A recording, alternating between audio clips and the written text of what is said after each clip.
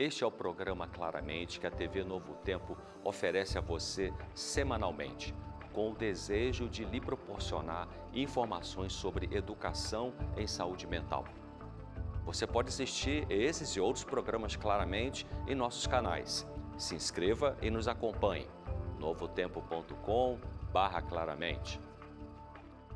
Corpo e cérebro sempre atuam juntos, no adoecer e no recuperar a saúde. Uma enfermidade psicossomática é a que se manifesta no corpo, mas que tem origem na mente ou participação da mente. É uma doença causada ou agravada por fatores mentais, tais como problemas pessoais, conflitos pessoais, estresse exagerado, problemas nos relacionamentos. A doença psicossomática, porque veja só, psicossomática, mente, soma, corpo. Doença psicossomática tem que ver com o reconhecimento de uma parcial ou algumas vezes total psicogênese da doença. Vou explicar o que é psicogênese. Psicogênese significa que fatores psicológicos, como tensões emocionais que você pode ter, um excesso de ansiedade, muita tristeza que não passa, estresse exagerado, todas essas situações favorecem o surgimento de alterações funcionais no organismo. O sintoma psicossomático ou seja, você pode ter uma dor nas costas, você pode ter uma queimação no estômago, você pode ter uma contração muscular, você pode ter uma hipertensão de causa desconhecida. São vários sintomas psicossomáticos que o ser humano pode sofrer, né? Claro, você vai primeiro fazer uma avaliação médica, vamos pesquisar se tem realmente alguma doença física que explica esses sintomas. Mas quando você já foi nos médicos, nos especialistas, você já fez os exames e os médicos dizem, olha, os exames estão normais, não tem uma doença que explique isso aqui, mas você sente aquele problema físico, então isso se chama sintoma psicossomático. Esse sintoma, uma defesa contra a percepção da dor psíquica, da dor mental. O que é dor mental? Pode ser um monte de coisa, tristeza, angústia, culpa, medo, vergonha, raiva descontrolada. Enfim. No compêndio de psiquiatria, Kaplan e Sadok, eles comentam o seguinte: os mecanismos de defesa servem para manter a ideação de conflito fora da consciência. Nos estados psicossomáticos, os conflitos psíquicos são negados através da projeção dos mecanismos na esfera física. O que está dizendo esse compêndio de psiquiatria? Está dizendo, é como se a mente dissesse para o corpo, não aguento lidar com esses conflitos mentais, não consigo pensar neles, dói muito, me ajude. Aí o corpo diz para a mente assim, tudo bem, eu vou te ajudar, manda para cá que eu vou segurar a onda para você. Em seguida, surgem sintomas no corpo que são originados por conflitos ou em conflitos na sua vida. Conflitos que você pode ter consciência ou pode não ter consciência, conflitos mais antigos do passado, conflitos do passado junto com os do presente, um monte de coisas. A mente passa a usar mecanismos de defesa que mantêm a consciência dos conflitos fora do campo perceptivo. Ou seja, a sua mente, quando ela percebe que você não está pronto, não está pronta para entender que tipo de luta emocional é difícil e as causas dela, portanto, a verdade fica meio nublada sobre por que eu estou sofrendo tanto assim, você não sabe bem, está enterrado no inconsciente, mas essa energia desse conflito, esses problemas desse conflito, vêm para o corpo. Ou seja, quanto mais difícil for para uma pessoa pensar na sua dor emocional, nos conflitos de sua vida passada e ou presente, mais o corpo sofrerá e mais a verdade da causa desses conflitos é enterrada no físico, indo para longe da consciência. Joyce McDougall, neozelandesa radicada na França, reconhecida internacionalmente por ter sido uma psicanalista de casos difíceis, ela fez contribuições ao estudo de doenças psicossomáticas. Olha o que ela explica, por exemplo. Face à dor psíquica, ou diante da dor psíquica, às divisões internas, aos traumatismos universais e pessoais que a vida inevitavelmente provoca, o homem é capaz de criar uma neurose, uma psicose, um escudo caracterial, uma perversão sexual, sonhos, obras de arte e doenças psicossomáticas. Esse é um livro muito interessante em defesa de uma certa anormalidade, Teoria e Clínica Psicanalítica, editora Artes Médicas. Interessante o comentário da contracapa do livro Isso é Grodeck, da editora da USP, a EDUSP, feita pelo psicólogo, mestre e doutor em psicologia, Lázaro Antônio Ávila, diz assim: nada queremos saber das doenças. Queremos distância e afastamento e proteção contra elas. Nós as confiamos a certos profissionais especializados que devem estudá-las, atacá-las e fazer todo o possível para destruí-las. Se não conseguirem extirpá-las, devem pelo menos confiná-las, escondendo-as de nosso olhar indignado. Mas Grodeck, que é um autor sobre psicossomática, nos propõe exatamente o contrário. Afirma que toda doença é coisa extremamente pessoal e que tentar eliminá-la, sem pensar, evidentemente, em todas as causas, é o mesmo que jogar fora uma carta sem abrir o envelope. Cada doença, sobretudo as graves, traz a verdade da vida daquela pessoa.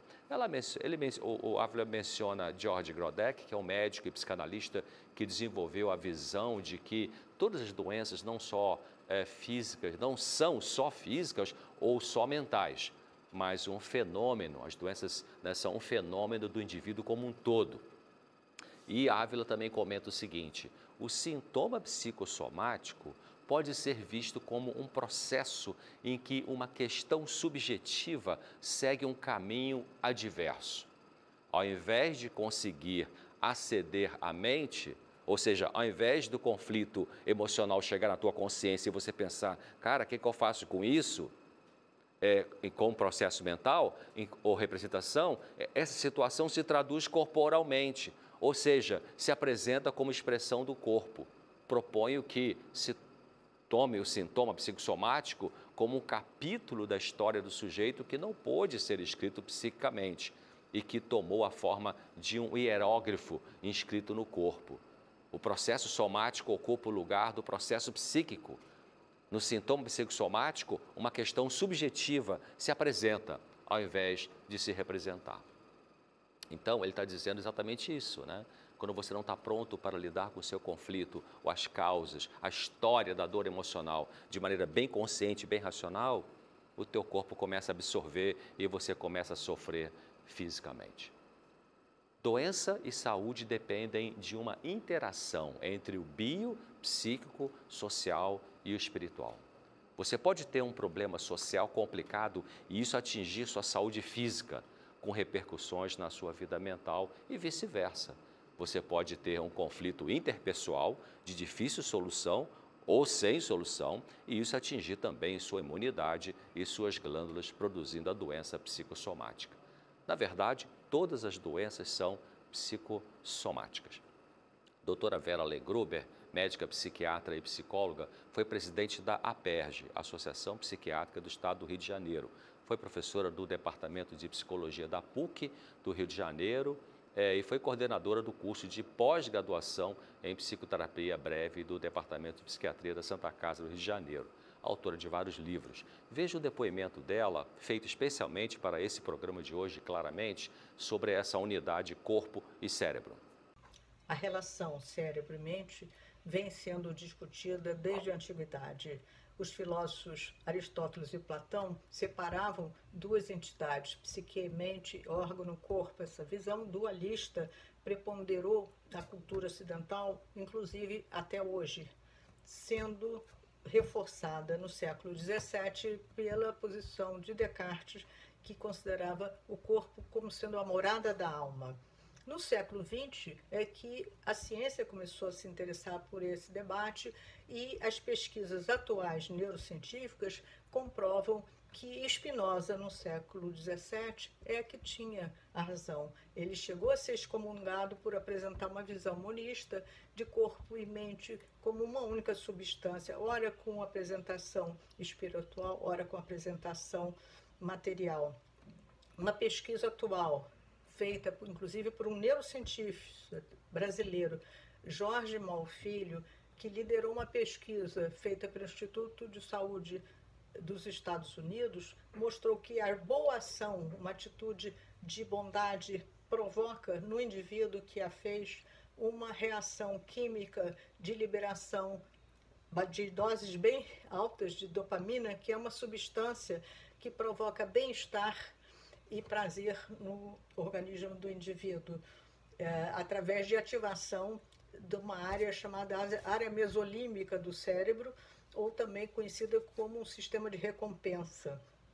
Atualmente, o que vemos é que a ciência tem buscado, através de pesquisas da biologia molecular, compreender o funcionamento do corpo, do cérebro, considerados como uma única entidade dentro da estrutura do núcleo das células, através da compreensão do funcionamento das proteínas.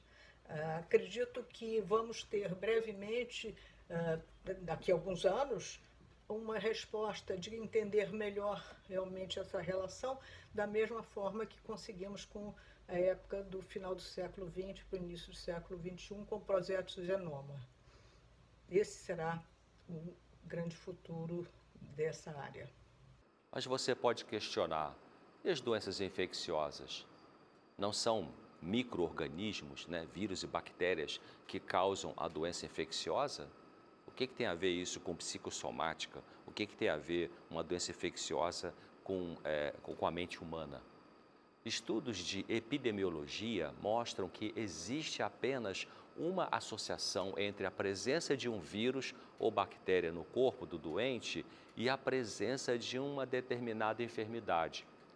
Mas essa associação não significa que obrigatoriamente um determinado vírus ou bactéria naquele corpo é a causa daquela infecção como um agente isolado.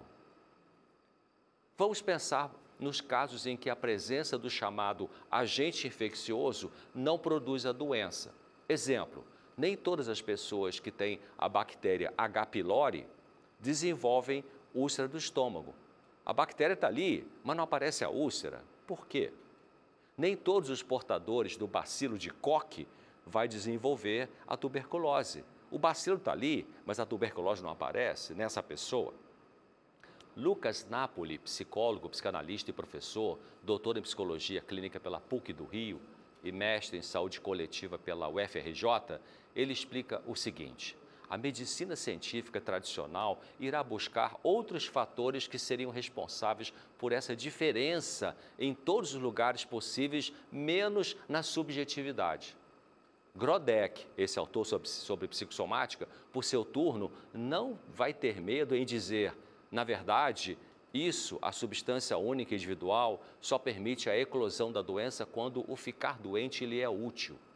Nesse sentido, se ficar tuberculoso não é interessante para o indivíduo naquele momento de sua história de vida, o bacilo de Koch terá a mesma significação que um grão de areia no organismo, ou seja, estará lá, mas não servirá para nada. Quando diz isso, Grodek não está propondo um psicologismo ou um subjetivismo, ou seja, tudo é psicológico, não é isso? Ele sabe que múltiplos fatores contribuem para o indivíduo ficar doente. No entanto, dentre essa gama de fatores, um deles é a disposição individual, sentido que a doença adquirirá na vida do sujeito. Em outras palavras, O sujeito pode ter todas as condições para ficar doente e sem as quais não ficaria, mas se a enfermidade não for necessária naquele momento específico da sua história, ele não ficará doente. Aguarde um pouquinho, já voltamos com essas ideias aqui no Claramente.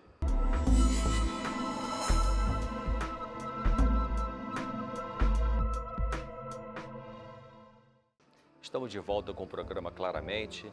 Vimos no primeiro bloco que todas as doenças são psicossomáticas, porque corpo e mente sempre atuam juntos na recuperação da saúde e no adoecer também. Uma autora de livros que eu já sempre cito aqui, ela comenta o seguinte: emoções deprimentes fazem-lhes grande mal à saúde, pois atrapalhando o processo da digestão, interfere com a nutrição. Que interessante, né? Ela está dizendo que tem uma relação entre a própria nutrição e as emoções. Talvez essa seja uma das razões pelas quais algumas pessoas, mesmo sendo vegetarianas por muitas décadas ou a vida toda, desenvolvem câncer ou têm colesterol alto. Tensões emocionais perturbam o metabolismo. Temos que entender isso. A palavra somatização, ela foi criada, somatização. Ela foi criada por Steckel em 1943 para representar o conceito dela ser um distúrbio corporal que surge como expressão de uma neurose profundamente assentada, uma doença do inconsciente.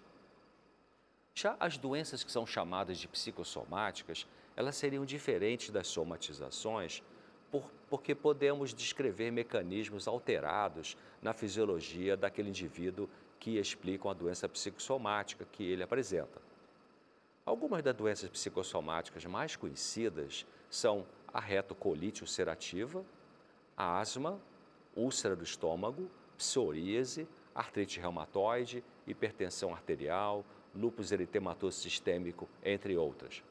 Em resumo, na somatização, lembrando que somatização, soma significa corpo. Na somatização, existe uma doença mental específica e não há uma doença física conhecida. E na doença psicossomática, existe uma doença física conhecida sem uma doença mental específica, sendo que na causa dessa doença física existe muita participação de sofrimentos emocionais. Os doutores José Galucci Neto e Renato Luiz Marchetti, ambos da USP, Universidade de São Paulo, eles dizem o seguinte: estima-se que cerca de 60 a 80% da população apresenta alguma queixa somática durante uma semana qualquer, sem, entretanto, procurar auxílio médico. Quando o paciente procura um médico devido a um sintoma físico, em 20 até 84% dos casos não se encontra causa orgânica que explique a sua queixa. Interessante que os achados de um médico professor na Universidade de Harvard apresenta índices semelhantes a esses da USP. Veja só, de 60 a 90% dos pacientes que procuram médicos na clínica, pacientes ambulatoriais, têm suas doenças devido a estresse físico e mental.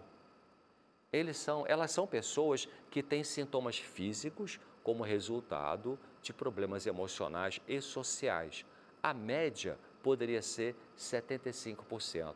Quem disse isso é o Dr. Herbert Benson, que está no livro em português, chama-se Medicina Espiritual. Ele é o diretor do Instituto de Corpo-Mente na Universidade de Harvard. E ele explica que as emoções ou sentimentos possuem um papel muito mais crucial em nossa fisiologia do que a maioria de nós pode compreender. Essa educadora que eu sempre cito aqui, ela diz o seguinte: é necessário grande sabedoria por parte dos médicos do Instituto a fim de curarem o corpo através da mente. Poucos, porém, compreendem o poder que exerce a mente sobre o corpo. Grande parte das doenças que afligem a humanidade tem a sua origem na mente e podem ser curadas apenas pela restauração da mente à saúde. E isso foi escrito na virada do século XIX para o século XX. E então, você vê que essa estatística dessa autora está junto dos médicos da USP e da Harvard, quanto à prevalência de doenças psicossomáticas, quando ela diz, por exemplo, enfermidades mentais prevalecem por toda parte. 9/10 das doenças das quais os homens sofrem têm na mente aí a sua base. Então, veja que os doutores da USP que dizem que quando o paciente procura um médico devido a um sintoma físico, de 20% até 84% dos casos, não se encontra causa orgânica que explique sua queixa. O clínico da Harvard, nas suas pesquisas, fala de uma média de 75%. E essa autora, Ellen White, fala que 90% das doenças têm origem na mente. Interessante também que a própria Bíblia fala de psicossomática, né, há séculos antes dos estudos científicos sobre esse tema. Por exemplo, a gente lê o texto que diz: o coração alegre serve de bom remédio, mas o espírito abatido virá a secar os ossos. Provérbios 17:22. Isso é psicossomática pura, né? Vamos ver agora algumas ideias sobre como lidar com doenças psicossomáticas. Dependendo da doença que a pessoa apresenta, será necessário não somente o tratamento psiquiátrico e psicológico, mas também com outro especialista. Por exemplo, se a pessoa apresenta uma colite ulcerativa, úlcera gástrica, conectada com momentos da vida com um estresse muito alto, estresse emocional muito alto, ela vai precisar também ser avaliada e acompanhada por um gastroenterologista. Um segundo ponto importante é que algumas doenças psicossomáticas em algumas pessoas, talvez não terão cura porque o tempo de sofrimento psicológico foi muito longo, numa personalidade muito sensível e sem muitos recursos internos de defesa, tendo a pessoa um ego meio fragilizado, de maneira que provocou alterações graves em algum órgão. Essa pessoa, talvez, com algum tratamento e empenho pessoal, conseguir alívio. É o que nós chamamos de prevenção terciária em medicina e também tem que ver com o que chamamos de cuidados paliativos. Hipocondria o povo chama de mania de doença, né? Hipocondria é uma focalização constante do pensamento e das preocupações sobre o próprio estado de saúde, podendo ser acompanhada de sintomas que não se enquadram em nenhuma doença orgânica conhecida.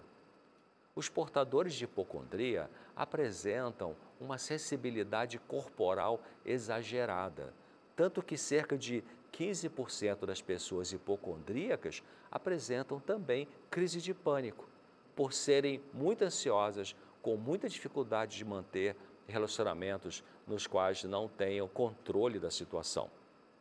Qualquer alteração fisiológica, como, sei lá, um barulho na barriga, ou um batimento cardíaco a mais rápido, ou a boca secou um pouquinho de repente, essa pessoa percebe e interpreta isso, esses hipocondríacos, como perigoso. E já que são pessoas controladoras e bem pessimistas, acham que estão no risco de morte ou podem ter consequências graves, só porque o coração acelerou um pouquinho, ou só porque a barriga deu uma roncada, ou porque a boca ficou um pouquinho seca. Essas pessoas geralmente querem tomar remédios o tempo todo e vivem indo a médicos porque a cabeça delas é um monte de preocupação de ter essa doença ou aquela doença.